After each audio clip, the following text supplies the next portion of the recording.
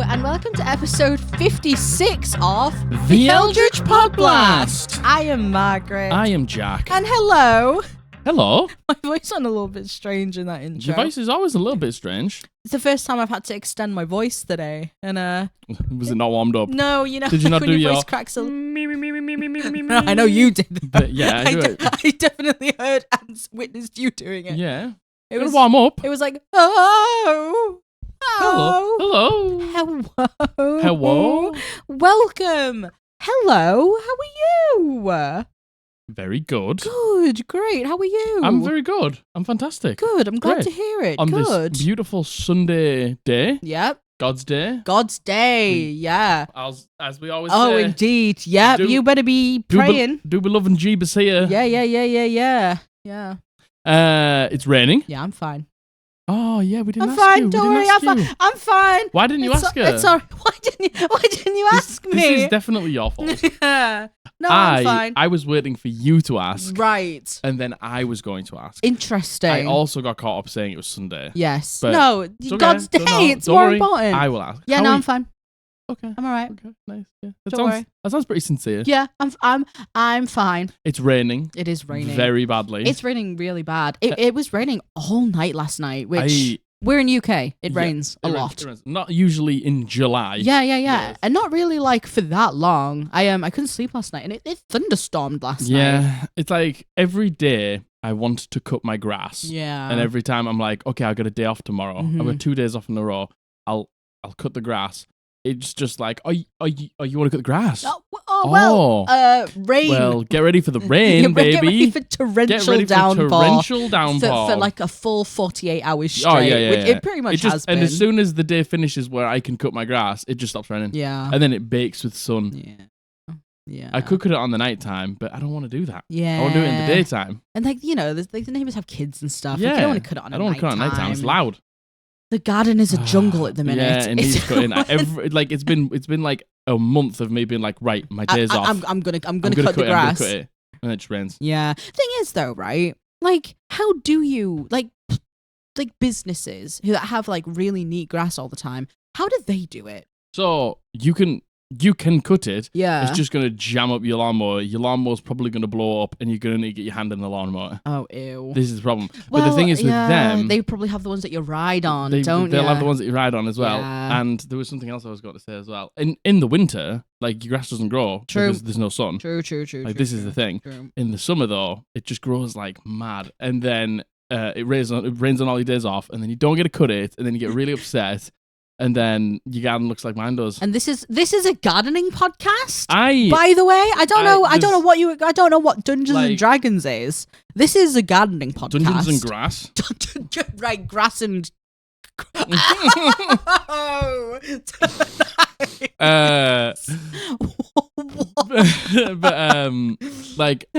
As I've grown up, there's many jobs. Yeah, that, you have to do. End it there. There's many jobs. There's many jobs. Many Lots jobs. Of jobs. End of the podcast. Doing the dishes, don't mind. Cooking, don't mind. Loading the dishwasher, don't mind. Washing the bedding, don't mind.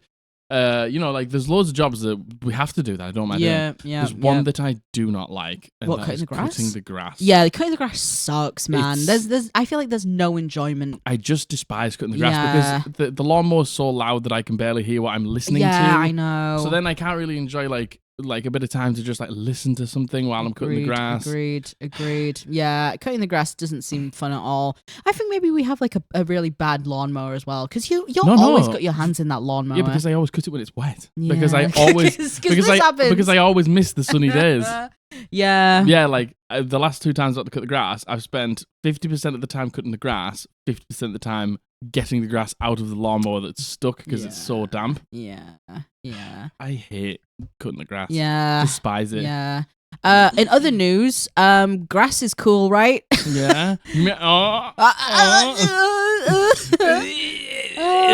Do we have anything to update the people on? We have booked our train tickets to Con. Yes, it's official. We are officially going to Comic-Con in London on October the 28th, Let 29th. us know if you're going. I want to know everyone that's going. We're going to go see Critical Role, hopefully do their panel. Yeah, we're not going to go and see the actual show. No. We're going to go see their panel, hopefully. Hopefully get some autographs and photos, and it's going to be really cool and really fun, and I'm excited. Really cool and nice and fun. Yeah. We're going to go to the con on the Saturday. Yep. And then we're going to just do Queue the up queuing to do the stuff meet on and greet on the Sunday. Yeah, so I'm excited. I used to Yeah. go to Comic-Con a lot when I was younger, and I haven't been in since we've been together, which is what, like nearly 8 years? Do you want this? Oh, no. Yeah, get it out Get of out here. of here. You haven't been in 8 years. No, I haven't been in God, when I put it like that, that's insane. That's a long time. That's a really long The time. majority of a decade. Yeah, I think the last time I went was 2016, maybe. Wow. So really, really long time. That was the year we met. Yeah. It was just before. I went in the May and we met in the September. We met in the August. Yeah. Wild. Anyway, this is a relationship podcast. Did you not know? And a grass podcast. Yeah. Wink. I'm trying to think of anything else to update you on. There's not a lot. Not a lot. Not to really. Be honest. Once again, not doing. Dog is well. We've bought a new system. Yes, we've got a new system. It's here. very advanced. So keep up, right? Yes, okay. It's Just slow it down. Yeah. It's give it to them real simple. Metal panel attached together, make wall. Yeah. and now he can't. And I know you love seeing him here. We love him being here. It was better than when he was over there. Much better. So, but now, like he was just on the table. Yeah, he was getting stuck in the wires. Pulling the mixer off. Pulling the laptop off the table. Yeah. So we've moved him back away. Yeah.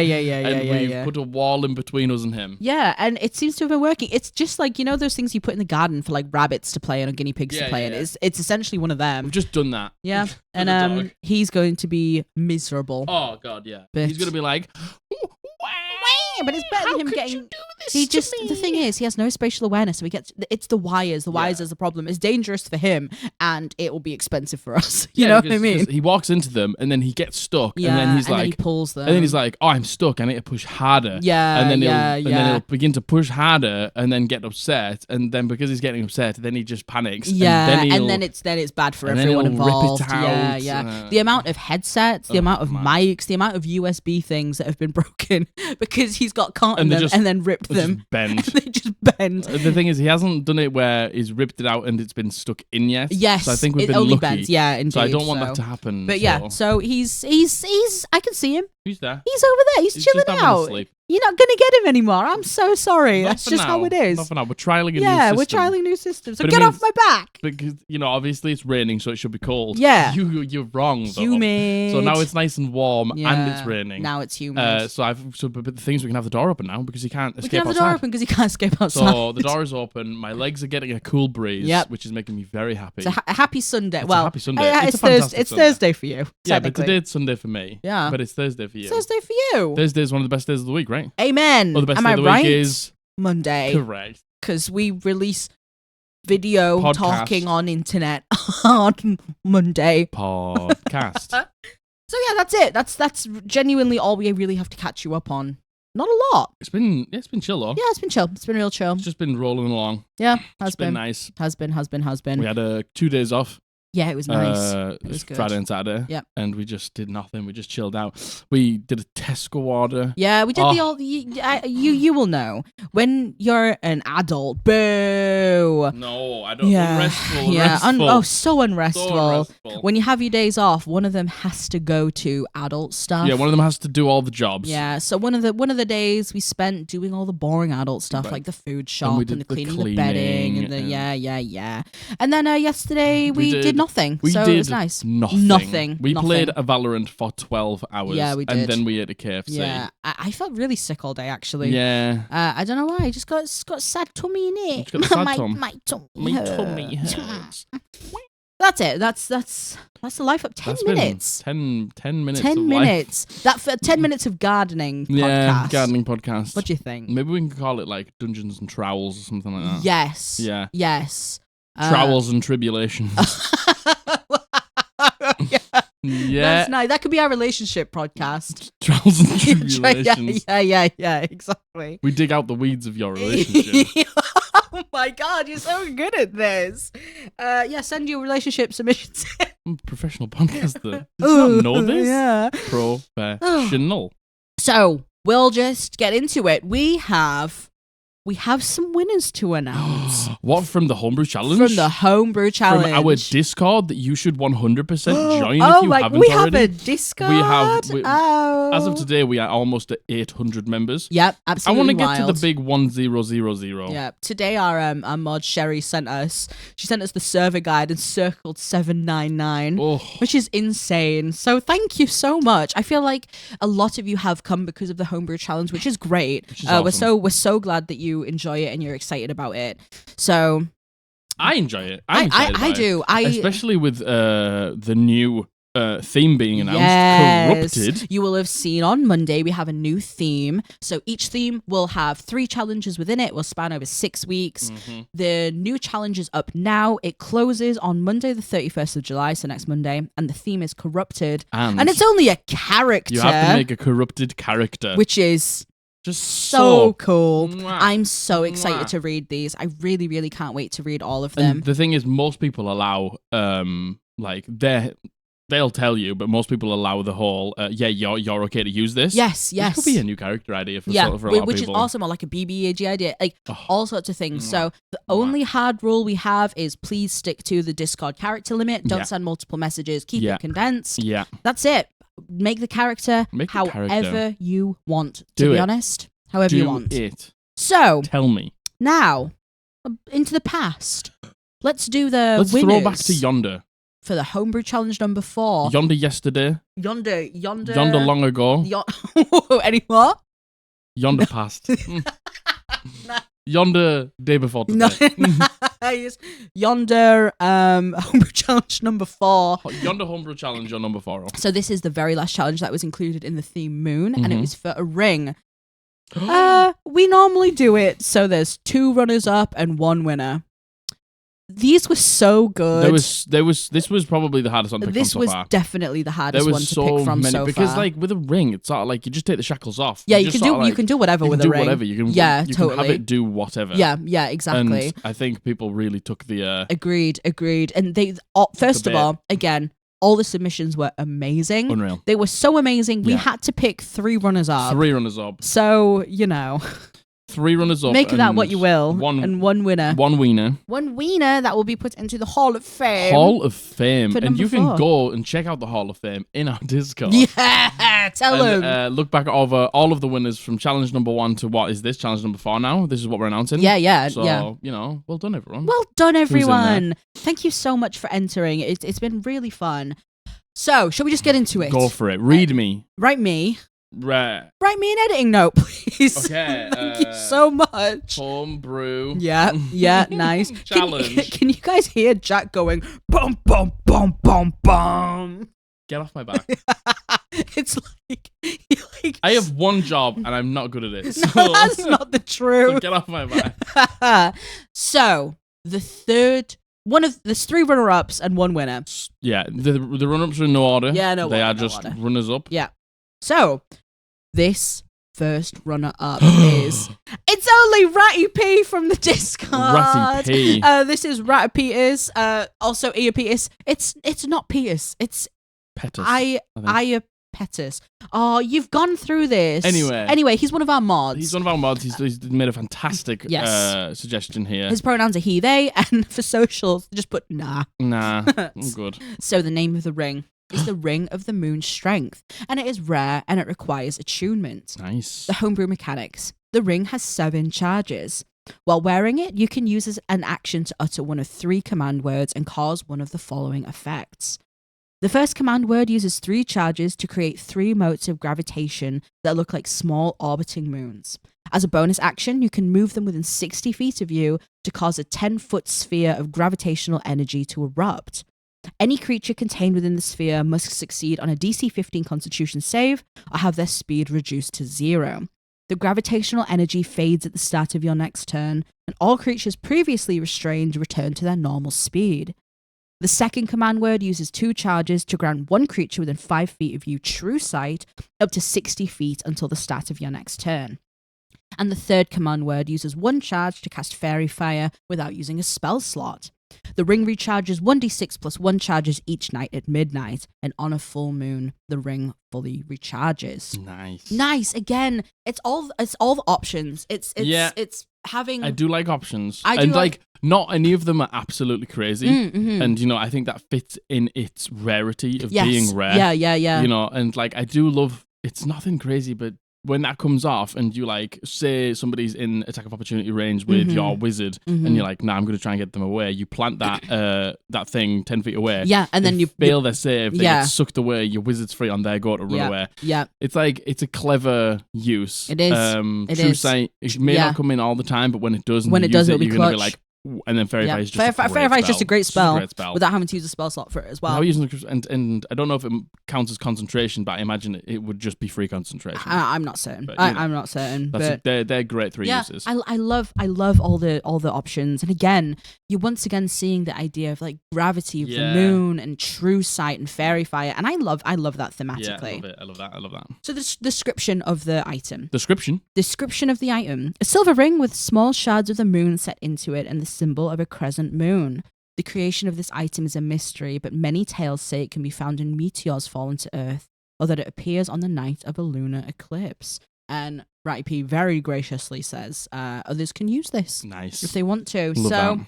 Just awesome, isn't it? That's a great one. Just awesome. That's a solid magic item there. I think that's it. Do you hear my voice then? That's it. I think that's it. That's just like a really solid magic item. It's a great and that could be applicable in so many different situations and so many campaigns. So thank you, Ratty P. Well done, Ratty P. Well done. Great job. First runner up. Great job. Thank you so much. Ratty P is one of our mods. Big up to our mods. We love you so much. Thank you. You do God's work. You do God's work. We do be loving Jeebus here. Yes. Amen. Hallelujah. Praise our Lord Jeebus. So the next runner up. This is sent in by Lief, a Viking. Nice. Their pronouns are they, them, and Lief submitted. I think it was like an advice submission ages ago, and we were like, cool name, Lief. There's a Viking in Vikings that has the name Lief. Yeah, Leif. Yeah. There was a Viking in Vikings called Lief. And they've changed the name to Lief, a Viking, so amen. Nice. So the name of this ring is called the Pale Moon Halo. It is major rare and requires attunement. Major rare, okay. So, this simple band is carved of the purest opal and is worn by the highest priestess of Illistari. The band adjusts around your finger to fit comfortably on whoever wears it. Whenever in direct moonlight, engravings of her blessing glow in a soft silvery light to protect you from evil. While attuned to this ring, you gain the following benefits. Dance of the Moonlight. Your movement speed increases by 10 feet, and in addition, you are always under the effect of freedom of movement spell. Pretty good. Love that. Moonlit Escape. When you escape a grapple, you can also immediately move up to half your speed as part of the same action. And Pale Moon's Blessing. When you are in direct moonlight at the start of your turn, you gain the benefits of the Sanctuary spell until the start of your next turn. And the description is simply, the Dark Seldarin's outcast has marked you for protection. Don't let her blessings go to waste. Love that. Cool, just cool as fuck, isn't it? I love the thematics around it as well. I do as well. What was the name? It is called the Pale Moon Halo. No, of the god. Oh, I you know what? I just blitzed through that. Elistare. Yeah, I think it's Elistare. But that's, you know what I mean? Like, you're just given like a homebrew challenge item that you've come up on the fly with, like randomly. You're giving it like lore, and I just love that. I love that. I love that.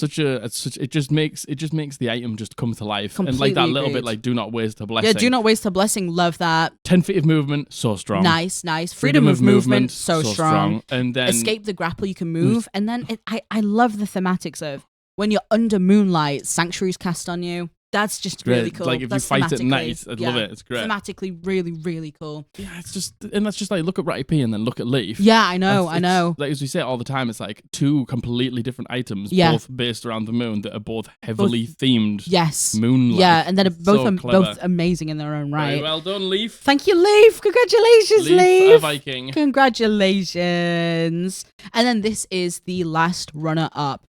So, this has been sent in by Zion, and they go by Shaddoll on the Discord. Zion, Shaddoll, well done. Thank you. They go by any pronouns, and their socials are Zion1107.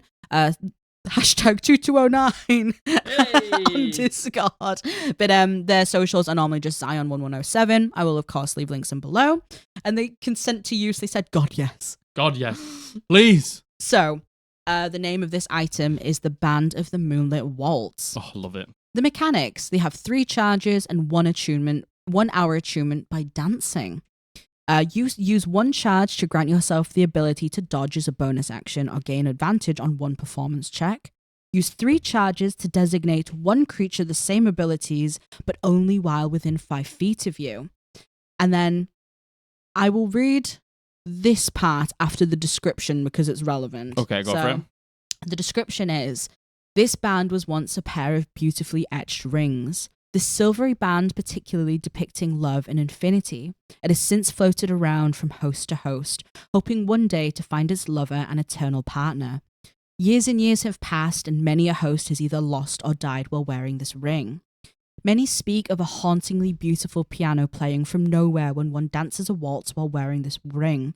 Maybe a gentle reminder of the band's lonely soul or bottomless grief from losing its partner.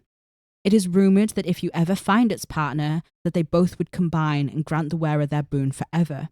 Unfortunately, no one knows where or what the partner ring looks like. Only time will tell if fate will bring these 2 souls back together. Beautiful. Like, absolutely beautiful. Hauntingly beautiful. We haven't gone through the mechanics of it just yet. Yes. And well, also, in the end of the mechanics, now that you know that there's a pair of them, it says if the partner is found, it's up to the DM, but the rings combine and the ring bonuses become at will. So you can just do those things at will. Yeah. Which I love that. Yeah. I really, really love that. Like, but mechanics aside, that's just a storytelling tool, though. Wonderful, like, gorgeous that is storytelling. Like your DM drops that in, and you read that, and you're like, I need to find the other person who's got this ring. Imagine if the BBEG has the ring. Something like that. Or like, let's just say, I don't know, you lost your partner in like a disaster in a city or something like that, and you thought that they were dead and whatever, and then you get this ring, and then you search for them, and then you get there, and it's like your partner that you thought was like long dead or something like that. Nice. Like to tie someone's like backstory. I really love that. You know what I mean, like it's not only a magic item; it's literally a fucking campaign starter. Yeah. Oh, completely agreed. Completely, absolutely. It's just insane. You're clever. You're so clever. I just thematically, love it. I truly love that. I love the name. I love the idea. And I love the idea that there's like music that plays and you attune to it by having to dance. Love that. That is a bit of me. I love that. That is the whimsy and like the tragedy. Tell you who that would have been great with. Go on. Jasper. I agree. I completely agree. That's exactly what I was thinking. He loved to dance and he lost his wife. That's exactly what I was thinking. Don't make me cry, please. I don't want to cry today. Cry. No, I could right now. Any moment, any second. I'm ready to go. I can pop any time. That's amazing. Well done, Shad Dolls. Love that. Thank you, Shad Dolls. That is so beautiful. Very amazing. Mechanically, you dodge as a bonus action, again advantage on a performance check. Yeah. And you can give it to someone else as well. Mm-hmm. Like it's dodge mechanically. Bonus action is so strong. What was the other thing? You can then give it to someone else. Yeah. But if you find the partner, it's forever. It's a forever boon. Love that. Love it. Absolutely gorgeous. Truly wonderful. So, on to the winner. So this is the winner. The wiener. This is the wiener. The wiener for this week. Of the Homebrew Challenge number 4. The wiener for this week. The wiener for the week. The final in the Homebrew Challenge for the theme Moon. Before we move on to Corrupted. The winner's Ratdan. It's Jordan. Woo! Congratulations, Jordan. Congratulations. This was really hard to pick. It was so hard to pick between all of these. It was definitely between Shad Dolls and Ratdan. Yeah, agreed. Like, agreed. Those two, yeah, like, totally. To me, just really stood out. Totally. Because we're a sucker for the story. Of course. So, this has been sent in by Ratdan. His name is Jordan. He goes by pronouns he, him. Consent for use, please do. And then socials, nah, son. Fair enough. Nah, son. So, the name of the ring is called the Sentinel's Binding. It is legendary and it requires attunement from a lawful good paladin. Love that. Like, the thing is, right, you only put that in your campaign if you've got a lawful good paladin. Well, absolutely, you know of course you do. Like, yeah, absolutely. And, I don't know. To me, we've had so many horrendous lawful good paladin stories. Yes. Like, and this, I think when you read it, you'll see, like, this is how you play a fucking paladin. lawful good paladin. So the description: O disciple of the Lady in White, thou who hast journeyed far, hear my voice. If thou shalt swear by the covenant to become a shadow of Selûne, a blade that shall hunt the foes of Our Lady, then I shall protect thee, safeguarding thy person with the power of the silver moon. Hunteth the enemy of Our Lady by the power of her radiant throne. This silver ring bears an emblem depicting a long sword piercing through a crescent moon. Emanating an eerie blue glow, it is said to be a relic of a long-forgotten covenant bestowed upon those who are said to serve as enforcers of justice. While attuned to this ring, you give the following benefits. How Elden Ring, by the way. That gives me such Elden Ring vibes, and I'm here for it. Like, it takes a lot for a person to write a description in that, like, in that type of language. Yeah, I and agree. To not maybe, like, I think sometimes maybe that can come off a little corny, cheesy sometimes. Milady, milady. Yeah. Wonderful. But I just think it's just written really well. That gives me, like, super, like, Eldritch, like, and kind of. This is like proper late game shit. This totally. is like someone's really worked. Like, totally. A paladin has worked for this moment, and then they've finally been gifted this. Totally. Or, like, found this somewhere in, like, a temple has really worked hard to get this through devotion. Yeah, like a lost temple of Selûne in, like, an old town or something like that. Love Selûne, by the way. Selûne is an absolute goat. Yeah, Selûne is just a god. So there's 5 benefits of this ring. So while attuned to this ring, you gain the following benefits. 1, curse of the guilty. He hasn't written 1. I just said 1. 1. Just remember, Margaret, I'm gonna number them for you. 1. So you can't fuck them up. Curse of the guilty. When you attune to this ring, you accept the responsibility of the Silver Moon Covenant, gaining a sense of the sins committed by those you encounter. You learn the spell Detect Evil and Good if you don't know it already. While casting this spell, in addition to its other effects, you can discern whether a creature has engaged in acts of treachery, betrayal, or malicious intent. Creatures that fit that criteria must make a wisdom saving throw against your spell save DC. On a failure, they emit a visible black aura and they are deemed guilty. Deemed. Thou has been deemed guilty. Creatures that can see this aura know of the creature's sin. And also guilty with a capital G, by the way. My Love God. that. Know love the creature's that. Sin. Guilty. Oh, love it. Love it. Number 2. Didn't write number 2. Vengeance of the Covenant. Once per long rest, you can use a bonus action to activate the ring's power. Your eyes shine with a bright blue light and your attacks become imbued with the righteous fury of the Silver Moon Covenant. For 1 minute, your attacks deal an additional 1d6 radiant damage against creatures that have been deemed guilty. Guilty. Sentinel of the Silver Moon. As an action, you can focus your devotion to the Covenant, summoning an incorporeal Sentinel of the Silver Moon to aid you, sharing your initiative. The Sentinel appears adjacent to you and remains until the end of your next turn or until dismissed. The Sentinel is a friendly, spectral warrior that uses your stats. The Sentinel bears no equipment save for a spectral, magical longsword that deals radiant damage instead of slashing damage. The Sentinel has hit points equal to your maximum hit points and shares your resistances, immunities, and senses. If the Sentinel is reduced to 0 hit points, it dissipates and cannot be summoned again until after a long rest. That's the juice in it, really. That's the juice. Covenant's Burden. The Sentinel's binding carries a heavy weight of responsibility. Whenever you witness an act of injustice or betrayal without taking action to prevent it, you must succeed on a DC 15 wisdom saving throw or suffer 1 level of exhaustion until you take meaningful steps to rectify the situation or to atone for your inaction. Like, it's like a duty. Yeah, it's like a sworn duty. It's an expectation. Yeah, like you have committed to the Covenant. If you take upon this ring and you take upon this boon, like, you have to. You have to. Like, this Sentinel. Yeah, it is like simply what you must do. Yeah, and you suffer 1 point of exhaustion each additional night until it is removed. The exhaustion cannot be removed by rest or by other magical effects.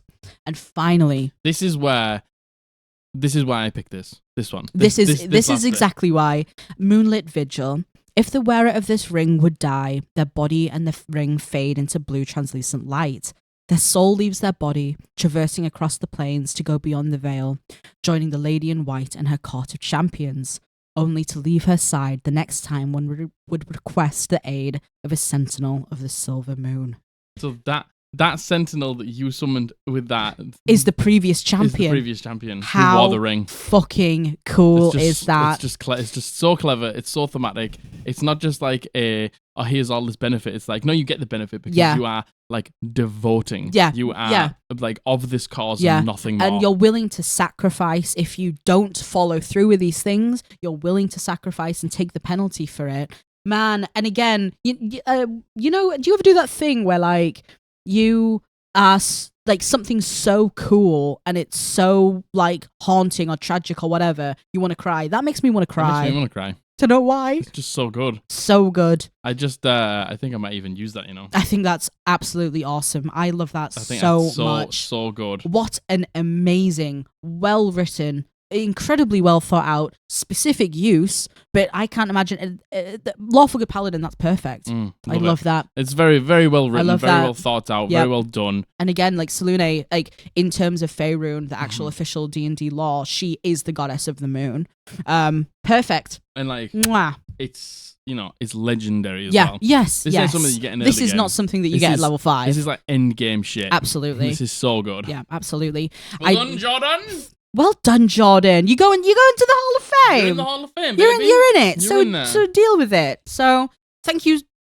Pardon me. Disgusting. I ate a Scotch egg before this. A bit gassy. Thank you so much to every single person who has submitted for the Homebrew Challenge. Yes. Congratulations to Jordan. Yes. Congratulations to the runners-up. And congratulations to everyone who put in a submission. Truly, it was so difficult to pick, as you can see. It was so hard to pick. So incredibly hard to pick. So thank you so much. I hope this is inspiring for you. It's inspiring for us. But you got to do it. You got to pick a winner. You got to Indeed. pick a wiener. Yeah, wiener. And if your creative juices are flowing, we do currently have a Homebrew Challenge running right now. Yeah, Submissions close on Monday, and it is for a character with the theme Corrupted. A corrupted character. So look, I know every single one of you is an edgelord. Yeah, you truly are. You voted for Corrupted first of all. You picked Warlock as the character sheet thing that you wanted us to do. Like, we get your edgelord. We get it, all right? If I don't have at least 100 submissions on the corrupted character, like, what are you gonna do? I'm gonna go on. I'm gonna quit the podcast. Okay. And it's gonna be your fault. Everyone's like, good, don't submit. No, everyone's silent. No one submits. Everyone leave the Discord. So if that's interesting to you, me sat alone in the Discord. No, I'm alone. If that is interesting to you, submissions are only accepted through our Discord. There is a whole theme. There is a whole thread for it. There is guidelines, rules, etc. Go and take a look and enter, and the winner will potentially be read out on the podcast. Well, the winner will be read out on the podcast. The wiener on the podcast. The wiener on the podcast. So congratulations, homebrewers. Congratulations, homebrewers. Thank you so much. What good fun. What good, clean fun. So, let's do it. 30 minutes in. 30 minutes in. Just nice and concise stuff, you know? Yeah. Just like proper to the point. 33 minutes on the clock there. Yeah. Haven't got to topic, but that's okay. Tit. No, I was going to start singing, but I immediately regretted it because we're going to get... Yeah, but what were you going to sing? You said tit. You know? Anyone get that? I don't know what song that is. You don't know what song that is? No. It's TikTok by Kesha, or whatever it is. Oh, right. That didn't sound like TikTok by Kesha. Yeah, it did? What do you mean? That's exactly what I was doing. Stop. That's exactly what I was doing. That's exactly... I had to do it a little bit jaunty because, you know, copyright and all that. I think... Whose was better, Man or Margaret? No, don't do this, please. I can't handle it. I will quit the Discord. I will quit the podcast if you don't say me. I'll quit the Discord. Yeah, me, the last one in there. What were we saying? We're going to get on the topic. Yes. So topic. Today's topic. So today, you can see it in the thumbnail. You can see it in the title. We covered this. We covered bits of this. Like really early in the podcast. Really early. Like and first 5 episodes. Yeah, and we get quite a lot of submission requests for, can you teach us how to roleplay? No. Bye. End the episode. I can't teach you, but I can give you some tools. Absolutely. Roleplaying is something I feel that you can... It's like anything. It's like anything creative, like drawing or singing or playing an instrument. the more you do it, you have to practice it. You have to practice it. For very few people, it comes naturally. And I think the thing with roleplay, the biggest thing about it is whether it comes naturally or not. Yeah. Like, it's all about being comfortable. Oh my God, 100%. When you start a group with a bunch of randoms that you've never met on the internet, it's going to be really hard. It's going to be hard, so you can't beat yourself up. Yeah. But before I jump too far ahead of myself, we've got a beautiful list that me and Margaret put together. Yeah. So let's take it point by point before I already ruin the end of the video. Indeed. So, the question on everyone's lips, I've heard, is, what is roleplay? Oh. I think there's a lot of conceptions, especially online, especially from people who haven't necessarily roleplayed in D&D or any format before, about what roleplaying at the table is. Yeah. And I think the first thing we want to say is roleplay is not acting. Yes. It is in the same spectrum, and some people could class it as acting, but we wouldn't say that it is. Role-playing is more putting yourself in your character's headspace and making decisions based on what you think your character would do. Yes. That, at the very core of it, is role-playing. I believe is what role-playing is. Because you are playing a role. Exactly. You're taking yourself and throwing it away, crumple it up, throw it in the bin. Yeah, you as a person, you as your values, you as everything. Yeah. This is the life that you've lived. You need to sort of just take yourself out of that headspace and put yourself in the character's headspace. Totally. And think like them and act like them and walk like them, talk like them, do what they do. Absolutely. That's what role-playing is. Absolutely. And I think there is such a fine line between role-playing and acting. And again, it depends who you ask. Yeah. But the easiest way to break it down is making decisions based on your character, essentially. I think, again, there's this huge idea online that putting on a voice or like dressing up is what role-playing is. And those are amazing, great, wonderful parts of roleplay that I like to partake in. And we'll get onto this later. There are a few things that can help you get into roleplay, Totally. like help you get into that headspace. Totally. But one thing I always say is if I had two people that came to my table, brand new, I've never played with them before, and I had one person who did not act like their character at all, but they were an amazing voice actor and they put on a really great voice. And then I had somebody who had never done a voice before, wasn't comfortable doing a voice, but acted as if they were their character, like to a T, put themselves in the character's shoes and thought as a character. Yeah. I couldn't give a fuck about the voice. Yeah, no, completely. I would rather have the person who doesn't do a voice, but thinks and acts and plays as their character. Totally. Like, voices are great. Like voices are amazing. We do voices. We do voices. Like we love voices and stuff like that. They're great fun, and you can tell when somebody's in like talking as a character and when they're not. You can physically tell. Yeah, I think that's the main reason for us. You can physically tell when one of us is speaking in character and not speaking in character. But again, I think this does come from Critical Role, right? Like the fact that they're all incredibly talented voice actors. So of course they're going to be more comfortable doing it.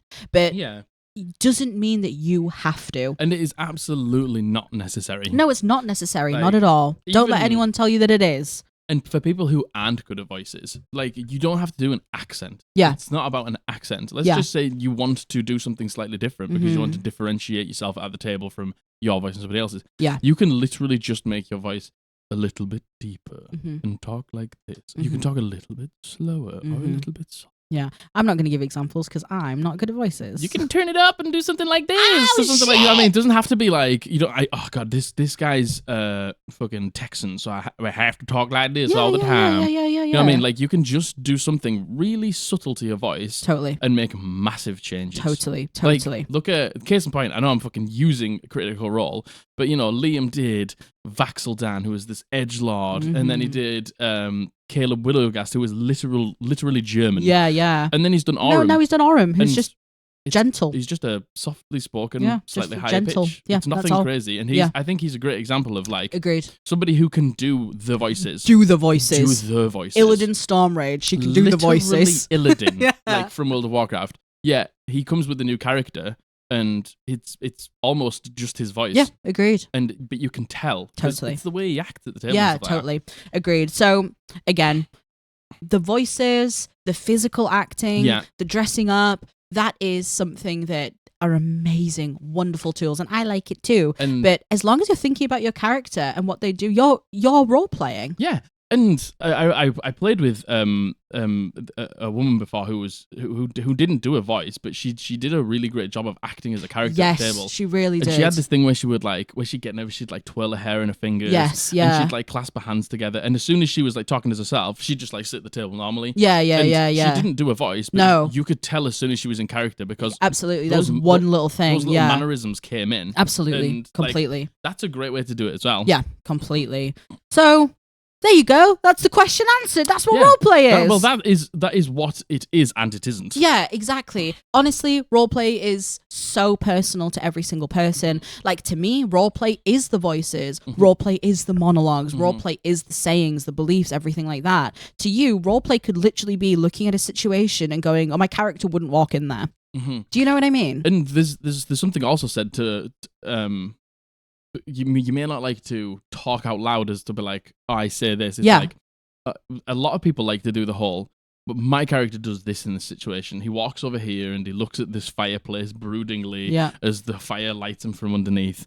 And then he goes to the bar and he very politely asks the waiter at the bar for this drink and things like that. And then he goes and takes a seat and thinks about the day. It's like, that's roleplay. Yeah, absolutely. Because you didn't go up to somebody and have a deep, meaningful conversation. Doesn't mean it's not roleplay.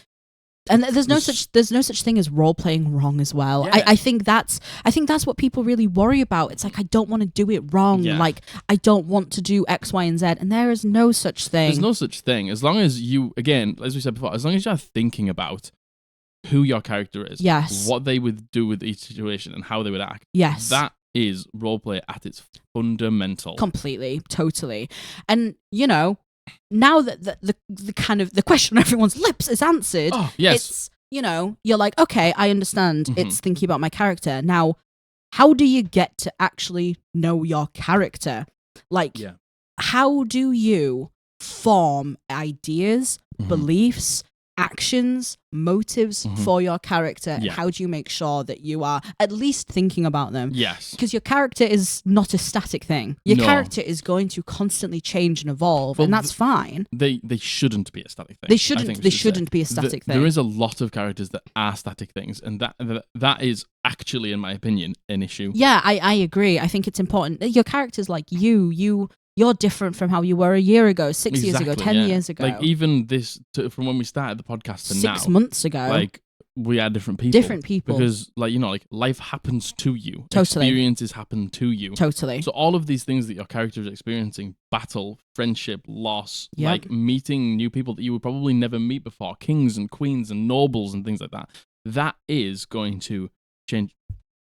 Sorry, I was pointing to get you to write down the chapter. Right, I'm so sorry. Okay. If you ever see me going, what's the chapter? How to know your character. Okay. If you see this nasty twisted hand coming out and pointing, that's what it means.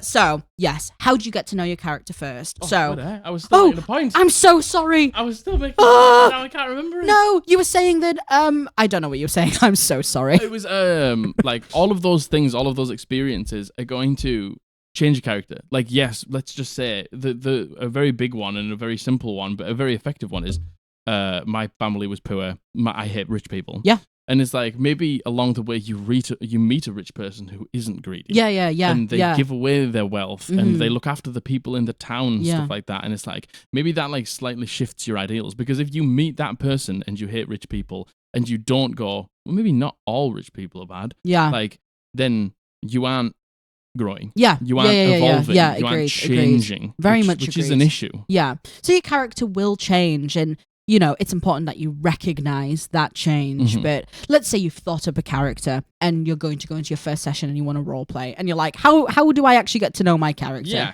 So these are some just super easy suggestions that we have. Easy tips, easy like repeatable things. Yeah.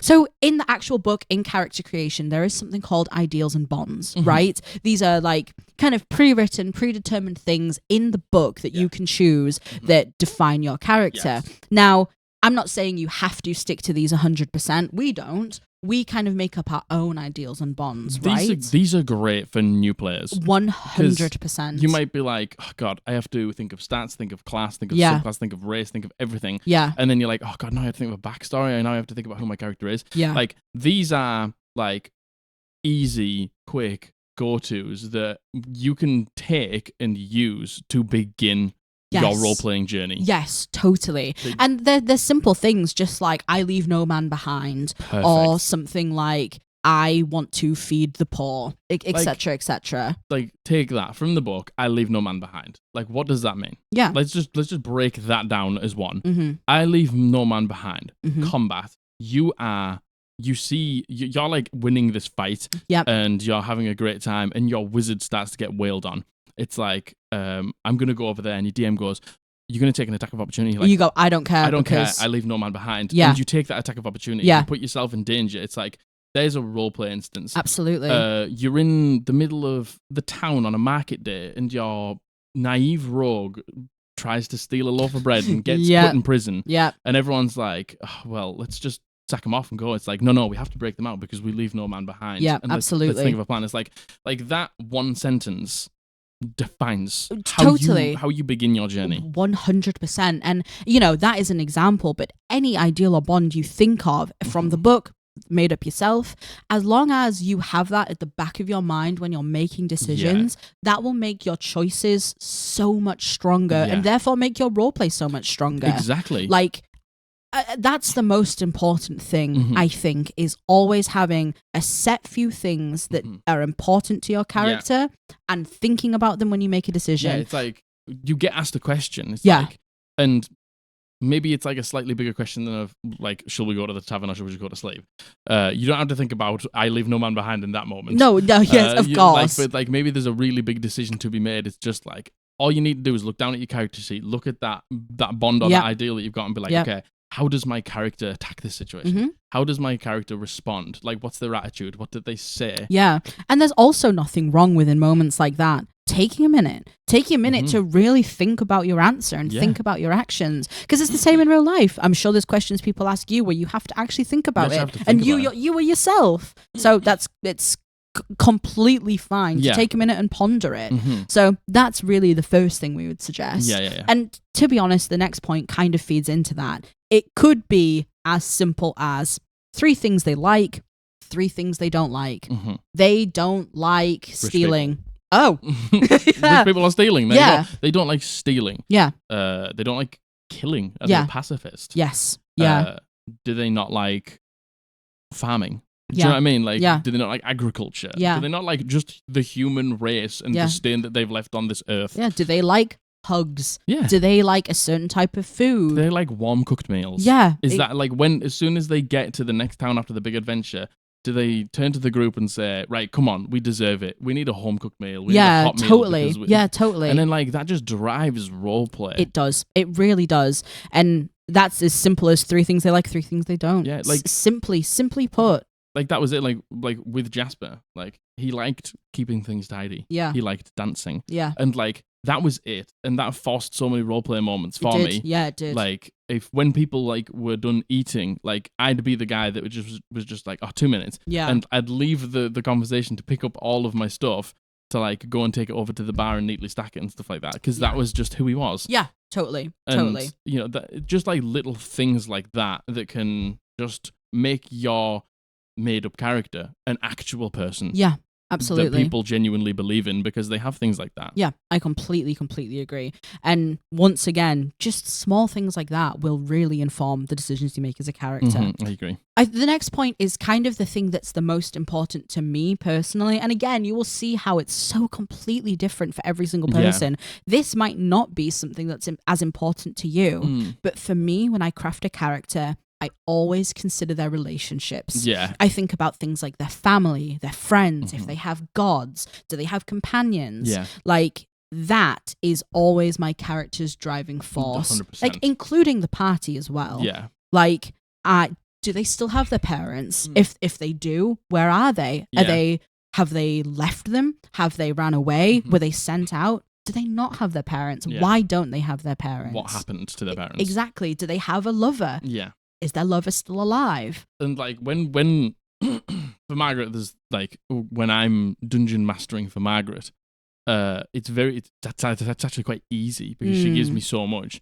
One thing that like Margaret has this like really playful relationship with her sister. Yeah. And like, but they also like try and one up each other all the time. Yeah. And it's the most simple relationship, but it is like, it actually makes them feel like sisters. Yeah, it does. And it does. They compete with each other, but in a really friendly way. And they like love each other very much. But you know, like she's going to try and kill more monsters than you in every dungeon. Yeah. And then she's going to gloat about it to you because that's just like what you do. And because Rayla's sister was the most important person in her life to her, when she wasn't with her sister, when she thought she'd lost her sister forever, she was desperately looking for that companionship. And then when she met Priestess, she kind of had that relationship with Priestess. Yeah. She tried to be funny with her, and she tried to do little things for her that she would do for her sister. Yeah. Because she deeply missed her sister. I think for you as well, and I think a lot of people could do this, and it'd be a really great thing to do. It's like,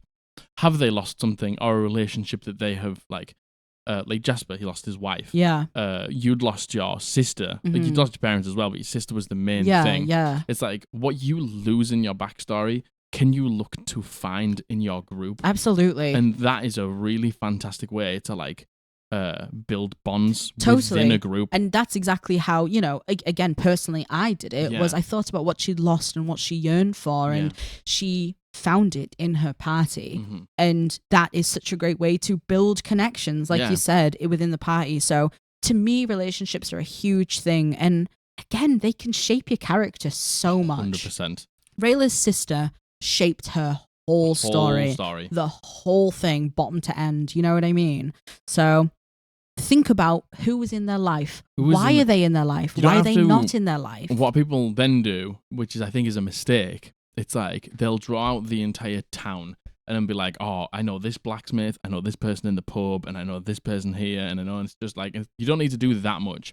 Just pick like a handful, pick 5. Who are important. Who are like really important to you. And then it's just like, just focus on them, because if you try and spread yourself too thin, it's like when Margaret got reunited with her mother, her father, and her sister, I could have spent loads of time like fleshing out the mom and fleshing out the dad and thinking of voices for them and what they were going to say. But the thing that Margaret cared about the most was your sister. Yeah. So it's like, I described your mother and father and what they looked like, and I got pictures of them, and they were like really happy to see you, and they said a few things, but the core roleplay came from the sister. Yeah. Because if I tried to spread myself too thin across the family, it wouldn't have meant as much. Yeah. I've just put loads of effort into who your sister was and what she acted like. Yeah. And that felt way better. Yeah, I completely agree. Agree. For me, for sure. Definitely for me. I even said to you after when you got reunited, I like talked to Mag afterwards. I was like, I hope you didn't mind me just putting so much effort into Tova. No, that was what was the most important. And you were like, no, that felt way better because she felt super alive and like, she a did. real person. Yeah, very much so. And very much so. So like do that with your character. Like, think about where they came from and things like that, but don't think about too much. Just focus on the things that really matter. Yeah, the things that matter. The things like a handful of things. Yeah, like to yourself. There's things that matter to you and things that you won't budge on. The same's for your character. Yeah. Exactly the same. Yeah. I think another thing is alignment. Yeah. I think that is something that is not maybe in 5e, not necessarily something that's used so like strictly anymore. I think it's tough because it's like it's not just like true neutral. It's not just like chaotic evil. Yeah. It's like, are they? I definitely think like more on the side of like evil, neutral, good is more a better way to look at it, in my opinion. Do they align? Do they want to always do the right thing? Yeah. Do they always want to do the wrong thing? Yeah. Do they just decide on a case-to-case basis of what is wrong and what is right? It's like being neutral. And then just take each situation as you come. Your roleplay will like guide itself in terms of like the moment you start in session 1 to the moment you finish in session 100, the way you attack each situation is going to be different. Yeah. So I think that's where the whole like chaotic, true neutral thing like comes in. Do I think good? Do I think bad? Do I think neutral? And then how do I role play that? See, I'm kind of on the other side of it. Yeah. I actually like alignment. I think that makes sense. I would say I agree. Yeah. I like the chaotic. I like the true. I like the what is it? And lawful. Lawful, yeah. I actually really like those descriptors, but I don't like them when it's the only thing that defines a character, if that makes sense. Yeah, I agree. I think they're really useful, again, maybe for like a new player who I agree. wants to really hone in tightly into a character. And I would say, don't worry about alignments unless you want to. And yeah, sure, give your character an alignment, but don't make it define them. Yeah. Make it be something that just informs decision making, that doesn't decide the decision making. Yeah, so for me, I always think of like evil, neutral, good as the like worldview. Yes. And then the chaotic, lawful as the roleplay aspect. Yeah, of as actual roleplay parts. To me, I always like to have like a worldview. Yeah, of, like, yeah. Do I try and do the best? Do I try and do the worst? Do Agreed. I just sort of look at it on case to case basis? Agreed. But then like the chaotic and the lawful part of it is where I let my roleplay lead it. Totally. Like what has happened to me today? Am I in a little bit more of a fucking pissed off mood because I've been shat on constantly today? Yeah. Like then I won't just be like, oh no, I'm happy today and I'm going to like take this. It's just like I will do it, but I'm a little bit begrudging too because of how much the world has shat on me today. Exactly. But I always like to try and do the best thing. Yeah, and like your character once again isn't a static thing. Your character will have good days and have bad days. Yeah. I think with alignment seems to be, just from what we've seen and what we've experienced and what we've read online and stories we've had, alignment seems to be the thing that is the most detrimental to a party sometimes. Yeah, but I think that's because of two things. Yeah. That's because of chaotic evil. Yes. And that's because of lawful good. Lawful good. Exactly. Which actually ends up being true evil. Yeah, because it's the worst. Because they think they're being lawful good because they're following the views of their god. Yeah. And then they're like, oh, I hate fucking gay people, so I'm going to kill. It's just like, no, you are literally true evil. Yeah. That's what you are. No, absolutely. Yeah, absolutely. No, you agreed. aren't lawful good. Yeah. You may think you're lawful good, and you may try and pretend, but you are literally true evil. And if that's the case, you need to work that out in your own head. You need to look at yourself. You need to look at yourself if you're making your character do things like that. Yes. But yeah, and I think that you have to take, you know what, not just alignment, all of these things, you have to consider it to be beneficial to your party. Like, don't get me wrong, inner party conflict is great as long as it stays in roleplay. It's because your characters are having to make hard decisions. Inter-party conflict is great. Love it. But don't be making decisions. Don't be like, oh, well, my character is chaotic evil, so yeah, of course they're going to kill this NPC because they looked at them wrong, because it's funny to my character. Like, that is not detrimental to the game. No, that is detrimental to the game and to the party.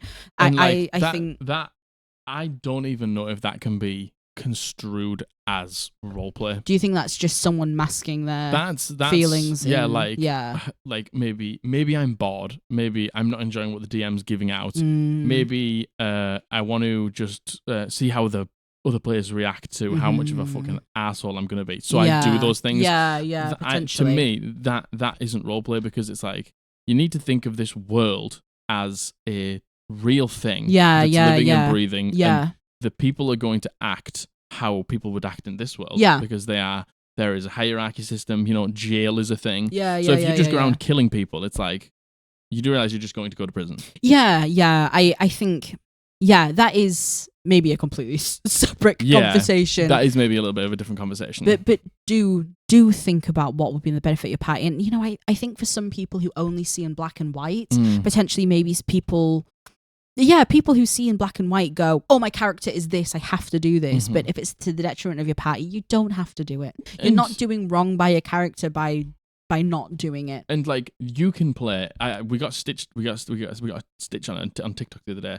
It's when we uploaded that thing about like, what, a paladin that sees in black and white. Oh yeah. And somebody stitched us, and they were like, I played a black and white paladin, and I completely understand like where they're coming from, because it's been done so badly. Yeah. But it's like, this person was saying, like, I played a black and white paladin who was very much like that at the beginning of the campaign, but my whole idea was that they were going to change. Yeah. And the experiences that the party gave, and the worldviews that the party had that were different to mine, allowed those black and white opinions to stay black and white, but change to like, oh no, this isn't good and bad now. Yeah. This is good and bad now. Yeah, it's like, that's the way you play it. That is such good character development. It's amazing character development. That is great character development. Fantastic character development. You know what? That actually, that kind of ties into like the last point in this section of like, all of this will change. Your character will change. Yeah. Your character, like, you have to think of it as pillars, right? There's pillars that will never change. Yeah. Like yourself, there's things you believe in that will never change and you think are important. Everything else, let it be flexible. That's a perfect example of... And you can gain more pillars. Yeah. Oh, totally. Like, you can gain more pillars. Absolutely. That's the thing. Absolutely. I completely agree. I think that's a great example. Yeah. They still think in black and white, but... just in a different way. Yeah, the black and white is now just shifted to this is black and white now. Yeah. Like, that's not so much like black and white as if it's like, this is wrong and this is right. It's like black and white as in like, I strongly believe in this and I strongly don't believe in this. Yeah. And as you grow up and you get older, you like, I strongly believe in things now that I didn't strongly believe in 10 years ago. Same, yeah, me too. I am very much a black and white person. Yeah, like me as fundamental as Jack. Like, what I believe is right, I believe like wholeheartedly with all of my belief system is right. Yes. And there are things that are wrong, and I will never fucking waver on that. Yes, indeed. But you know, I don't go around killing people. Do you know what I mean? Like, you can be that person, and you know, like, look. I hate a number of people in this world, but racists, homophobes, sexist. So many people in this world I despise. I don't kill them. The Tories. Do you know what I mean? Like, you can have a black and white view system and not use it to kill people. Yeah, indeed. Especially the people that you hold close to them. Look, if somebody that I held dear to me was like, I actually support like all lives matter and stuff like that, and I like, I'm a racist, I wouldn't be like, well, and I just pull out a knife and just stab them. Like, that's not how life works. You know, I can just like break ties with that person. Yeah. You can hold beliefs and not kill people. Yeah, I completely agree, totally. And just because it's a game doesn't mean it's okay. No, it doesn't. Basically. And like this, people think it is. Yeah, like, of course. People. Oh, well, it's think not real. It so I'm just like, no, because like we role play, and the DM thinks of things, and the DM has an entire world there that I need to live in. Yeah, I can't just go and kill him. Like, I think people who want to role play because they want it to feel like a real person. And alive. Yeah, and the world is exactly. Alive. You know, understandably. So, I don't kill people. Well, unless they deserve it. You know, unless the BBG. But, you know, just don't like kill the shopkeeper because he didn't give you the good discount. No, indeed. So, the next thing we would like to talk about, shall I do the little crooked finger point? The next thing we would like to talk about is, so now you've got the pillars of your character, you understand what they're about, you kind of have gotten to know your character. How do you actually get into their headspace? Yes. How do you, before the session, or, you know, it doesn't have to be before the session, how do you get into their headspace? There is so many different ways. These are just some of the most popular and the things that we like to do. Yeah, ways that work for us might not work for you. Ways that work for you might not work for us. But these are some suggestions. These are some good ones. So I think the first one is songs, right? Yeah. Like, how many times do you listen to a song and it evokes so many emotions? How many times do you connect Cry to to a song? Margaret. Every day. You know, like, songs hold a lot of emotion and a lot of memory. Yeah. When you start to connect a piece of music to something, for me personally, I can listen to music I listened to when I was like 14 years old, and it takes me straight back to that moment. Yeah. Do you know what I mean? It obviously might not be the same for you, but this is a great one. This is a really fantastic one. This is a great one. Finding like just a single song. Yeah, or a handful of songs, or an entire playlist. It's up to you. And before the session, like on the drive there, or if it's at your house before everyone gets there, you just pop that song on and you just think about the character. Yeah. That's a great way to get into your headspace. Totally. And it will become natural. It will become like muscle memory. Muscle memory. You will hear the song. Perfect example of this.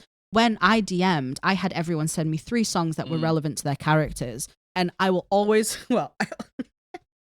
obviously Jasper's. I got Jasper's song wrong. I don't want to talk about it. But specifically, Josh for his character Tobias, he had sent, is it Aerith's theme from Final Fantasy? Yeah. And I listened to it so much when thinking of things for his backstory. Every time that song comes on, because there's one playlist you put on, and it comes on there, yeah. It's like immediate. It's like a dog whistle. My ears go up, and I'm like, that's Toby's song. That's Toby's song. It immediately evokes all these feelings I had for Toby. Do you know what I mean? He wasn't even my character. He wasn't even your character. So that's a really, really great way to do it. Build a playlist as you make your character. Whenever you hear a song and you go, that's relevant, put it in the playlist and listen to it. Yeah, I think that's a great one. It's quite a simple one as well. I think that's like probably the simplest one, most genuinely. Simple. Yeah. So the next one is, and we didn't do this until Dana started doing mood boards for us, some fan art. Mood boards for your character. Yeah. What a great one. Do you know what? I'll put a little timestamp in here to put a couple up. Yeah, so Dana, who is in our community, thank you so much, Dana. Her Instagram is Dana's List. She has made mood boards for Rayla, for Jasper, and for Priestess. And I had never considered doing something like this. Going forward, I will always make a mood board for my character. Like let's just take Rayla's. There are what's on there. There's moons. There's moons. Of course. There's like a heavy theme of like pelts. There's pelts and like different like wraps and things like that she would wear on her clothing. There was a quote, and I'm paraphrasing. It's like there was a girl and there was a wolf, and that was very, very much Rayla's backstory in the beginning. The two sides of her. Very, very much so. And I think that's something that's really, really important to me is getting quotes that match my character. Yeah.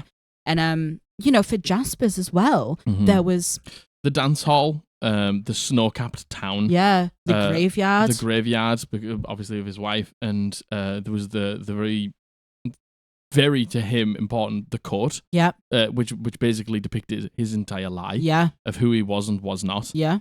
And there was also his blade. Yeah. And, it was all very much like, where did I come from? The Snowcaps. Why do I do this? Because of them and her. Yeah, yeah. Like, he was once a waiter, like a servant in a house. Like, that was there as well to sort of remember, like, sometimes he used to, like, when he got uncomfortable, he'd, like, slip back into that. Yeah. And it's just a great way to be, like, sometimes you remember things more than others, and then you're like, fuck, I forgot that, like, I do totally, this. yeah, totally. And then you look at the mood board and you're like, yes, all of my ideals splayed out in front of me in picture form. Great way. I will always, always, always make a mood board. Dana, I'm going to hit you up. Yeah. For a fact I'm going to hit you up. You should commission them for like, you should. Dana, you should. And people in the community can come to you. Truly, like mood boards, invaluable. Amazing. I think. They're invaluable. Great. Really, really good way to visually, if you're not like an auditory person, to visually see it. Yeah. I think that's great. To be honest, I think that helps me personally more than the music. I think it helps me too. Yeah, I do.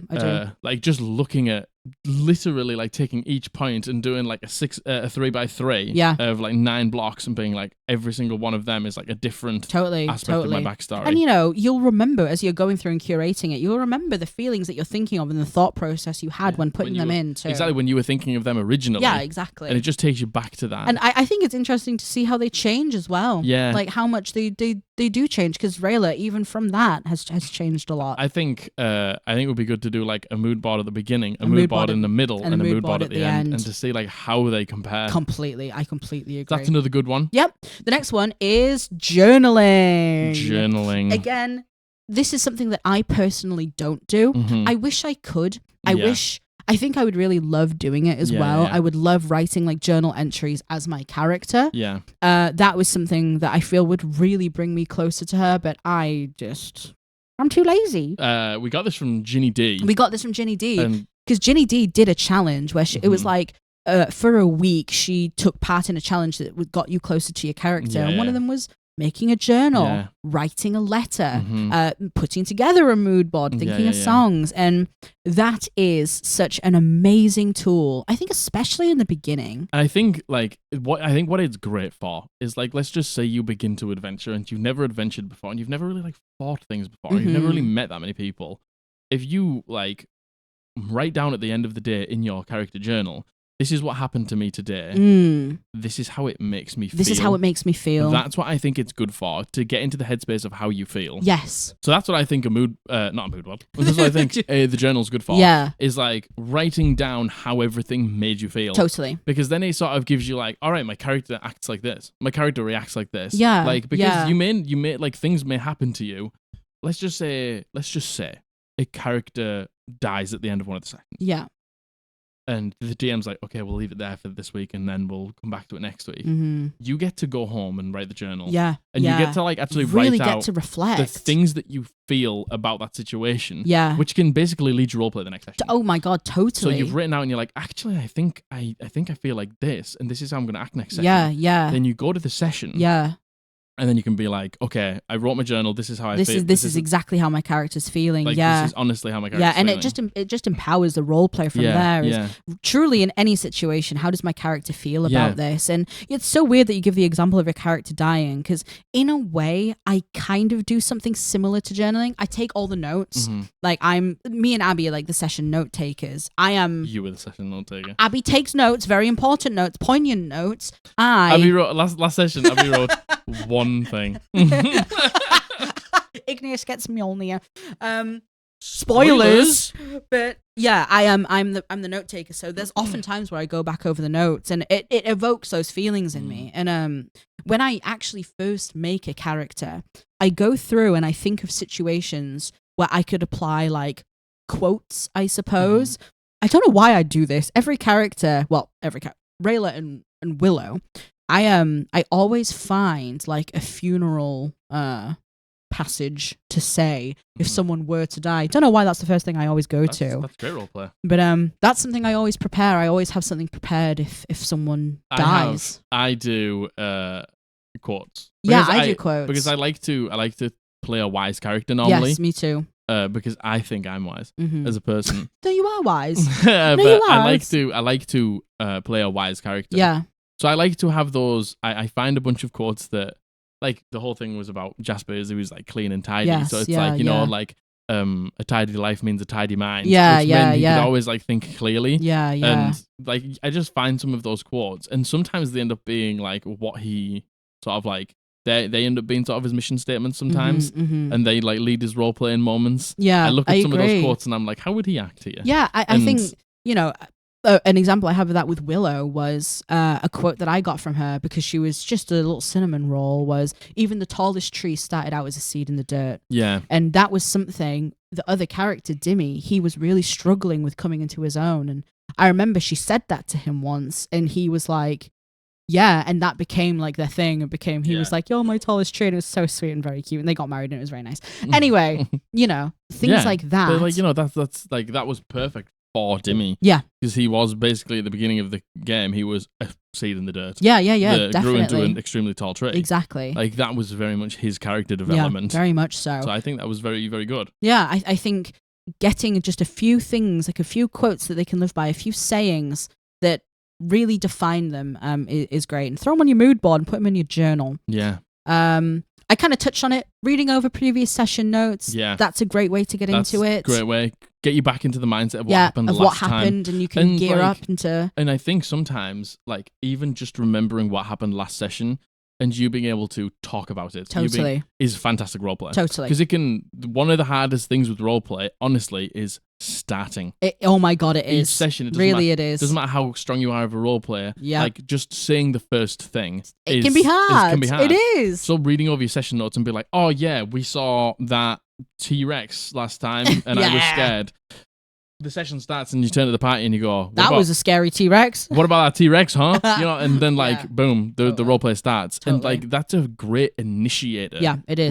Which is really important. It really is. Kind of the last couple of points in this is things like looking at their character art. Like, again, not everyone will be interested in getting out of their character, not everyone can, but something for me, especially because I've been so #blessed by the podcast and by all of you. Thank you. Yep, #blessed. You know, I have a lot of fan art of Rayla, and something I love to do is I like to look over art of her, and I really like to see the progression, even just in things like the fan art and being able to pinpoint when things happened. That's a really great one for me. Yeah, you have a lot of fan art, and a lot of it is great. And I think just thank you. Like looking at the fan art and seeing the emotion on the face of your character can sometimes just like sink you in. Yeah, like, it does. Be like, okay, this is who I'm playing today, and things like that. Really I think that's another great one. Yeah, truly it does. That might not be for everyone, but if you are, again, a visual person, I think that's a great way. And kind of like the last one is saying their phrase, like genuinely, especially if you do poo poo. If you do something like a voice, saying their phrase can really help you. Can really help you get into the headspace. Yeah. Like just find a phrase that they would say. Like think about their backstory and just it'll be quite hard, but try and like boil it down to a quote or a phrase, and then at the beginning of the session say it, and make sure it's if you do a voice, make sure it's easy to say in the voice. Yeah. Because some people just have a word that they say to do the voice. Yeah. Jasper's was like the word well, but he was a Cockney old man, but he would say wow. And that would just like instantly get me into the voice. So every single session that we started, the first time I would say something out loud, I would say well. Because it would get me into the voice. Yep. I would say well. And that would be it. And that would be the voice was in, and it would basically just for some reason immediately get me into character. Yeah, totally. With one singular word. Do you know what Raylers is? Go on. You are a coward. Is that it? That is how I say. And she says that quite a lot. You are a coward. Yeah. That's how I get into her voice. Little voice reveal. Little voice reveal for Rayla. Little voice reveal. I might cut that out if I cringe my fucking tits off listening to that. Tits off. I thought it sounded very good. Thank you. It sounded very much like her. Thank you so much. Yeah, that's how Rayla gets into it. I feel like that's fitting for her. Yeah, that is very fitting for her. Saying something as simple as that can really get you into it. Yeah. Really can. I'm ready to take on the world now, to be honest. So those are just a couple of things you can do to get into your character's headspace. To get into your character's headspace before the session. Yeah, totally. So, onto the penultimate... The penaclity. No! Penaclity! The penultimate section of this is, what do you actually do when you're at the table? Yeah. So, you've done all these things. You understand what your character is. You understand their bonds. Who they are. You've gotten into the headspace. You said the phrase. You looked at the pictures. You looked at the mood board. You listened to the song. You're at the table and you choke up because it's a scary thing. Because it is a scary thing. And you need to understand that I think a very important thing here, I might jump ahead, I don't know, because I haven't got the notes No. Is everybody else is feeling the exact same thing. Totally. Everybody at the table is being like... Everyone's worrying about themselves. And they're thinking about, oh, what if I fuck up my voice? Or what if I don't exactly how I want to act? And things like they are thinking about them. They aren't thinking about you. Yeah. They aren't thinking about what you're going to say and first. To be honest, they're probably going to be relieved when you're the person who says something first. Yes, even now, we've been playing with our roleplay group for 3 years. Yeah. Even now, at the beginning of sessions, we've played hundreds and hundreds of hours together. Mm-hmm. I still kind of go... You say it first. Yeah, I still get a little bit nervous, but that's natural. Like, the nerves are natural. Yep. The nerves mean you care. Yep. The nerves, everyone's feeling them. Even if you're the most seasoned role player, everyone feels them every single time. So don't worry. Don't think that's not normal. Yep. And I promise, as soon as you say the first thing, like I used to do this when I would play live. Like everyone would be like, "Oh, I'm nervous," and I'm like, "Well, that's good because that means you care." And you want to perform well, and you don't want to get on there and just like doss about. Yeah. And the thing is, I always say to everyone who's about to perform, it's like you'll have all those nerves. You'll get up, you'll do the first line, you'll do the first move or whatever, be fine, and it'll go. Yeah. Those nerves will just melt away. Totally. I promise you. As soon as the first thing is said and the first act is done, they go. So the first thing is just be confident when you go in. Yeah. You know your character, you know all about them, you know the situation, especially in the first sessions you do. Just be confident. Yeah. You no one else knows your character apart from you. Yeah. You're the only one who knows what they're like. If you are doing a voice and it comes out slightly different, doesn't matter. No one's going to know. No one knows what it's supposed to be. And no one's going to care. If you change your voice halfway through, no one's going to care. No one, the thing is that everyone's just like, yeah, but they're going to laugh at me. No, of course they're not. Literally no one is going to laugh at you. No one is going to laugh at you. No one's going to laugh at you. Nope. Do you know what, if they do, they should be kicked out of the game. And you know what? Because that's unfair. Like, sometimes people say silly things, say word wrong. Yeah. I do all the time. But we laugh together. Exactly. And you got to remember, you've also got to remember as well, that D&D, just a bit of fun. Yeah, totally. It's just like, I know that we love to tell these like epic stories, but at the same time, it's just a bunch of mates getting together, have a bit of fun and roll some dice. Totally. So like, don't put too much weight on yourself, because it is literally the only other people here are 4 people that you probably know, and if don't, they don't know each other either. So don't worry about it. And if you most likely, when you went through session 0, you found out what the roleplay to combat ratio is. You could argue that combat is also roleplay in a way. Yeah. But other people at your table will want to be doing the same thing. No one's judging you. So be confident when you go in, because only you know. Yeah. The next one is, if you're not sure how to actually start the roleplay, because we play a game where sometimes we monologue to ourselves, and sometimes that's just how it is. You know what I mean? Yeah. That's just how it happens.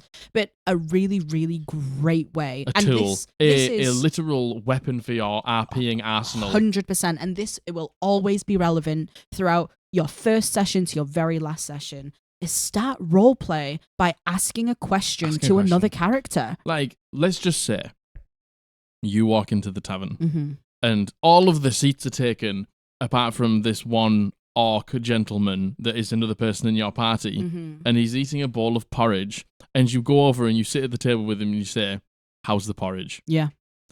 There you go. Yeah. The conversation has begun. Yep, that's it. Like, a question is like is something that needs an answer. Yeah. Whether it's even a one-word answer, like, it needs an answer. There needs to be something like given back to you. So a question is the fucking best roleplay starter. Absolutely. Oh my God. Perfect way. 100%. If there's something going on with someone's backstory and they react in a certain way, you can take a moment afterwards, get them alone and just say, what happened there? I saw you acted like this. Yeah, simply say, what are you feeling right now? How do you feel? What are you thinking? That is such a great way to not only start roleplay, but to get the other person. It gives them an excuse to think about their character too. I love asking, what are you thinking? Like, I like asking that as a DM. Yeah. What are you thinking? I think that's big question for a DM. That's such a great way to start roleplay. Yeah. And on the flip side of that, let's say if someone is having their moment, someone is having their monologue moment with an NPC by themselves, etc. I think it's really important to listen to them. Listen to the other people at your table who are role-playing and see what matters to their character in the same way that things matter to your character. Exactly. Like, oh, this thing happened that normally my character would be really pissed off about. Yeah. But they seem really happy. It's like, well, why? Yeah. Like, why did they act like that when this happened to me? And I think that it should be asking like this. That starts a dialogue of like, well, why do you feel like that? Oh, because this happened to me before. And then you can tell your experience, and then you can literally fucking talk about your experiences together and why you have this worldview and things like that. And it can be as simple as something like, oh, I don't like peanuts as well, or I heard you lost someone. I lost someone too. Boom. That's man. Like, you're not only letting them explain their backstory. You're explaining yours. You're getting to explain yours. Yeah. Listening to people in their roleplay moments is so important. And thinking about what your character would say to them in that moment. That's such an invaluable tool, and it will always happen.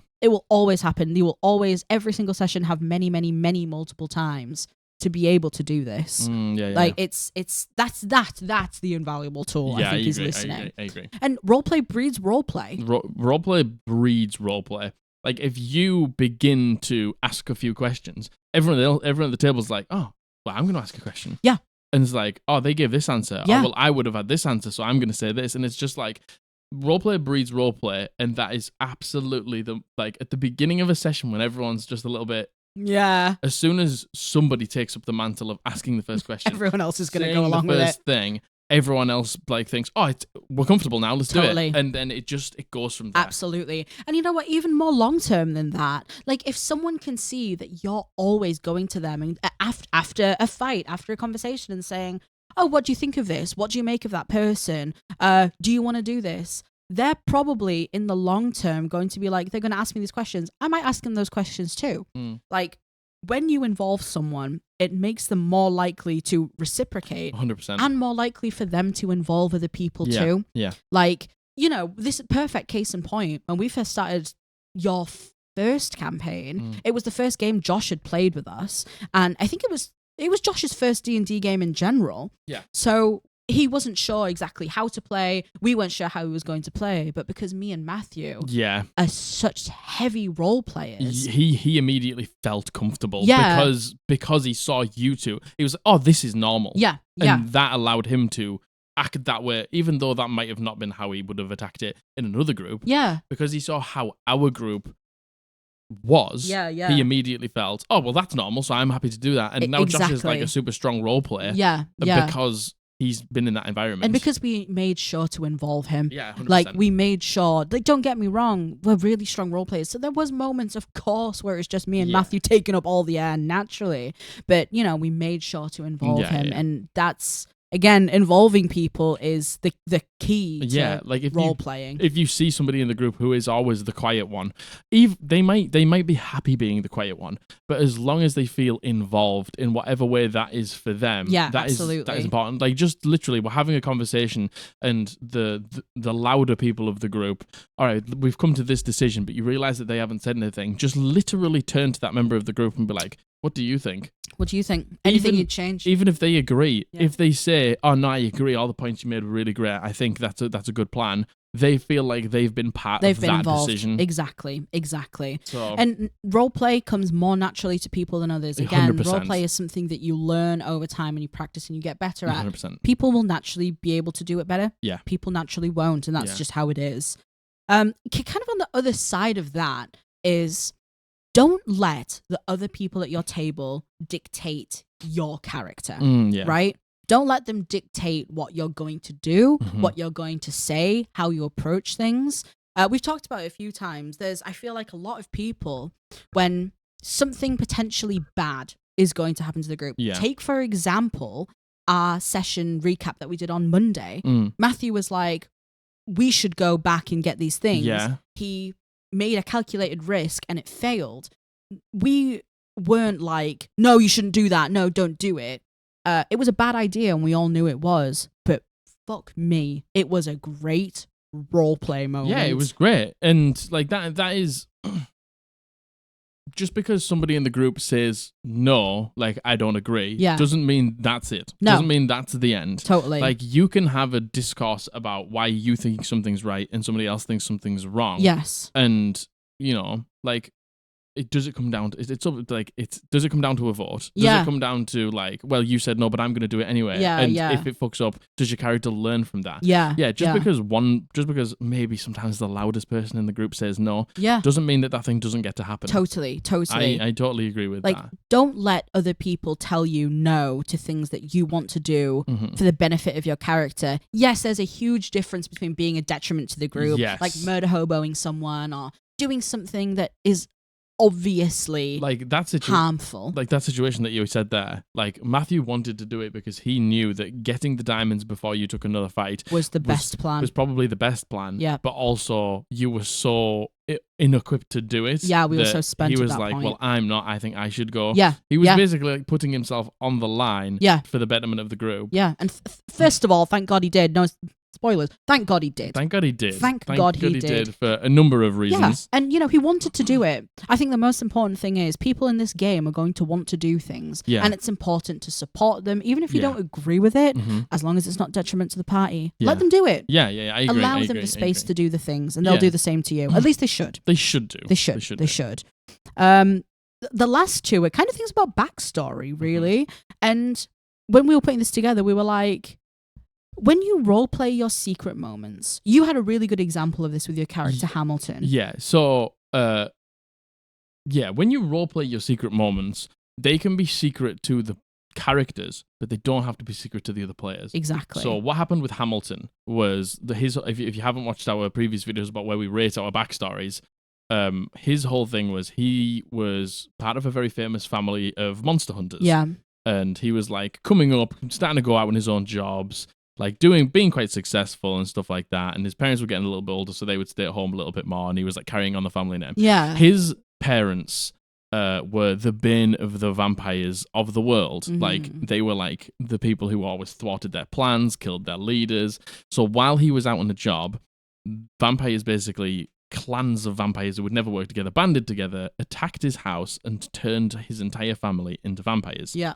He came home and he was like, oh my God, you are now vampires. This is a disaster. I'm going to find a way to fix it for you. Yeah. But for now, don't go out and eat anyone, because that's naughty and that's bad. That's what we poo-poo. That's what we don't do. Mm-hmm. What we're going to do is I'm going to go out and fight a bunch of people on my journey to find the cure for you, and I will get vials of blood and mail them back to you so you can stay thirst quenched. Yeah. So satiated. I would literally roll out in front of the group like bleeding humanoids that we defeated and putting them in vials and being like, I need to test it back. I need to send it back for tests to my family. When I would box them up. I would take them to the post office on my own in the middle of night and pay for like super fast postage and send them back to my family so they could drink the blood of my enemies. Yeah. And sometimes there was moments where we didn't have any blood and you would have to do it to yourself. Yeah, I would have to myself. Drain your own blood. Yeah. And again, from our characters' perspectives, we had no idea what was going on. Mm-hmm. We were just like, oh yeah, he's sending the blood back to his family because they're monster hunters. All the players knew something was going on. Yeah. And they were like, oh fuck, like weird. And, like, especially when you started doing it to yourself. Yeah. We were all as players, because our characters never saw this. As players, we were like, there's something weird going on with Hamilton. What the fuck are you doing? And I was like, who knows? You'll probably find out at some point. And again, it's role-playing secret moments like that in front of everyone to give people a hint that something's going on, that there's more than what lies on the surface. Yeah, and it gives other people, because I am a very I'm a very confident role player. And like, I like to make these fucking backstories and these stupid quirks about my character. So people can see that that's okay. Yeah. Like, because we do play with people who it's the first time role playing. Yeah, or maybe they aren't the strongest role players in the group. And they can see me doing stupid shit like this and like outlandish things like this. Yeah. And then they're like, oh, that's okay to do. Okay, yeah, I can also share that too. They can do it. Yeah. And again, I think,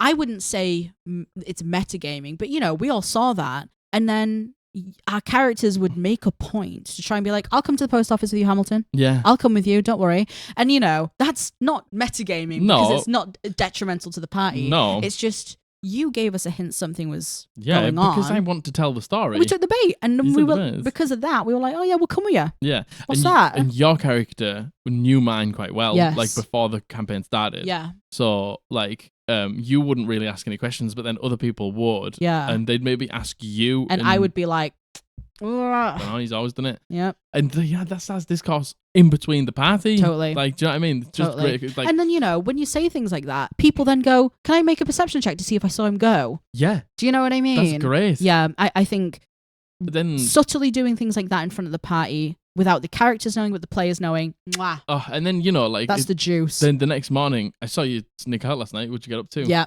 And then, I don't know, maybe I'll lie and they'll do an insight check. Roll insight, and then they'll know something's like up. Yeah. It just begins character relations. It does. And it starts the snowball of being able to show your backstory to people. And what a good segue into the last point. So before we go on, because that is a fantastic segue, do not be scared to role play out secret moments with you and your dungeon master that everyone else can see because their characters don't, but the players do. Absolutely. Which is good. Love that. Absolutely love that. And then the last part is don't keep your backstory to yourself. No. Like, you've written this rich, amazing backstory for your character, tailored to them. They've lived a life. You want people to know it. Yeah. Share it with them. Share. And I'm not saying like in session 1 when you sat at the tavern meeting for the first time, you go, XYZ, here is this. Because, like, there is such a thing as hogging the light. Yeah, of course and there is. If you turn up and you're just like, oh, all this and this, it's just like... Yeah, and again, you have to think, like, your characters are real living beings, are they going to share their whole backstory to strangers that they've met eating porridge at a tavern? And even if they are, maybe just understand that the dungeon master has something else. Yeah, of course. Like, you don't have to blurt it all out in the first couple of sessions. You can do something as subtle as you go and you collect the vials of blood. For Rayla, I would, because Ragnarok was just about to happen, she would make a point to say to everyone, what were you doing during Ragnarok when you thought Ragnarok was going to happen? When people asked her back, she would intentionally be very fucking cagey about it. Like, it's small things like that when people go, me thinks, well, that's weird. Like, strange. You can very subtly and gently do it. And, you know, I would also say to that, if there is a perfect moment, and you're never going to know when these are, by the way, you can picture all these perfect moments in your head when your backstory is going to come out. It's probably never going to happen like that. If you feel the moment is right, just say the thing. Just say the thing. Just say it. Just say the thing. And it doesn't have to be just like, I killed my dad. Or something like that. It's like I had a loss in my family. Yeah. And then, you know, you get to like tell about like you want to tell the fact that you killed your dad because I don't know, something came over you and you've got bloodlust that you can't control.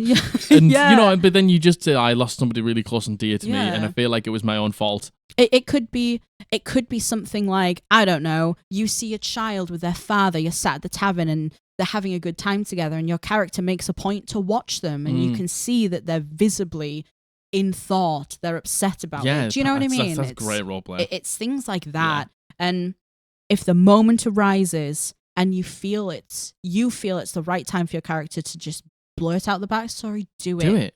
Do it. There is no right or wrong time to show your backstory to people. Potentially not session 1. But potentially not session 1. But you know, like if you want to give something away, just do it. Yeah. Don't be scared. Don't hold on to it forever. Like your backstory is there to be told. We've said that so many times on this podcast, and we tell it. Stand by it. So tell it. Tell it. Yeah. Tell it. Maybe not immediately, but definitely tell it because my first experience with role playing and D&D, I held onto my backstory for so long, way too long. And it was a detriment to myself. I was more of an open book, and I told it really early on. Yeah. So do whatever's comfortable to you, but tell your story. Tell it. You want to tell it. Everyone wants to hear it. Go for it. In the same way you want to hear everyone else's. Yeah. So those are things to do when you're at the table. What's the next section, Margaret? Well, the next section is actually the last, and I just named it Final Thoughts. Final Thoughts. So you have come to a conclusion what roleplay means to you. You have worked out all your characters' pillars. You have gotten into your character's mindset. You're at the table, you're role-playing. These are just some final thoughts regarding your character backstory, the role-playing, etc., etc. Yeah. And I think the most important thing overall is never hold yourself too strongly to the idea of your roleplay. Sometimes there's going to be things you say just in the heat of the moment, you haven't thought it through, that, might not be perfectly aligned to your character. Yeah. Doesn't matter. I'll tell you what, nobody else is going to hold on to that, so you don't have to either. It's like when a dungeon master says, oh, fuck, I said that and that's not true. Yeah. It's just like, literally, no one cares. Yep. Like, don't worry about it. If you say something that isn't exactly their ideals and their bonds and what they hold close and near and dear, and it's not the absolute ideal of what you're supposed to be, don't worry about it. Don't worry about it. And, you know, it is really important to separate the player from the character, but you also have to remember you are the player playing the character. So there's going to be moments where you're going to have to make decisions for your character with their best interest in mind. Yeah, that go as against the player. Yeah. There's going to be times where you have to. Yeah. Moments, for example, where you know they want to take the thing, but it would be really bad not to do it. To do it.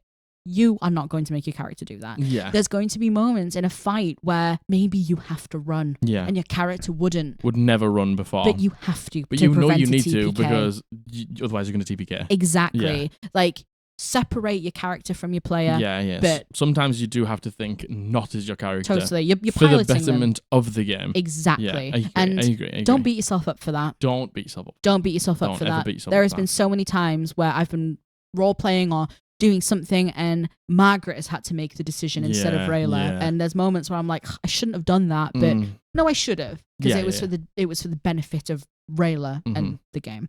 So don't beat yourself up about it. Yeah. Setting up other people for roleplay is good roleplay. 100%. Just because you're not doing the talking, you're not doing the thing, you just by default of setting up the moment, that is you being a good role player. Let's just say that you are group dad. Yep. I am very often group dad. And let's just say the two people, like, in a moment where they had to take an object, one person was like, we can't take it because we don't steal, and the other person was like, we need to take it because it's for the betterment of the group, and then you literally sit there and you squabble in front of the BBEG, and then after the session ends, the next session you come in and you go to those two people and you literally just go, so what was that about, you two? And then you just take a step back. Yep. And then you just let them roleplay. Totally. And you let them talk it out. Because maybe you know that those two aren't the strongest roleplayers in the group, and they probably won't initiate that conversation themselves. So you literally go up and just begin a conversation for them, and then just sit there. Absolutely. And just let them do it. Absolutely. Like that's good roleplay. That's insane roleplay. And you're not even involved in it. Yeah. But you've created an environment where roleplay is going to flourish because of it. Let's just say that you heard that two people are from like neighboring towns or something like that. Yeah. And you just go and you look at the map and you realize and you just go, do you two know each other? Like, you live super close. And then they just begin to talk about where they're from. There you go. That's amazing roleplay. There you go.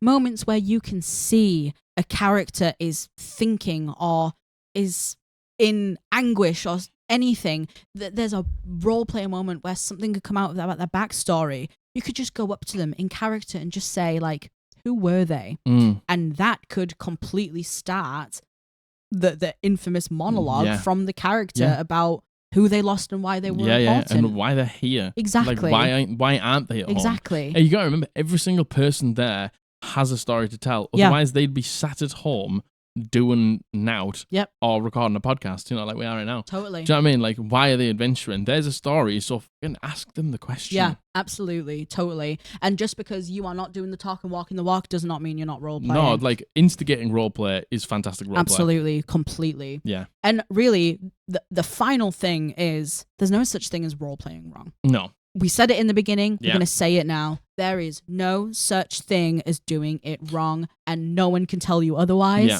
Role-playing for you looks differently to how it is for me, looks differently to how it is for you. Yeah. Everyone role-plays differently.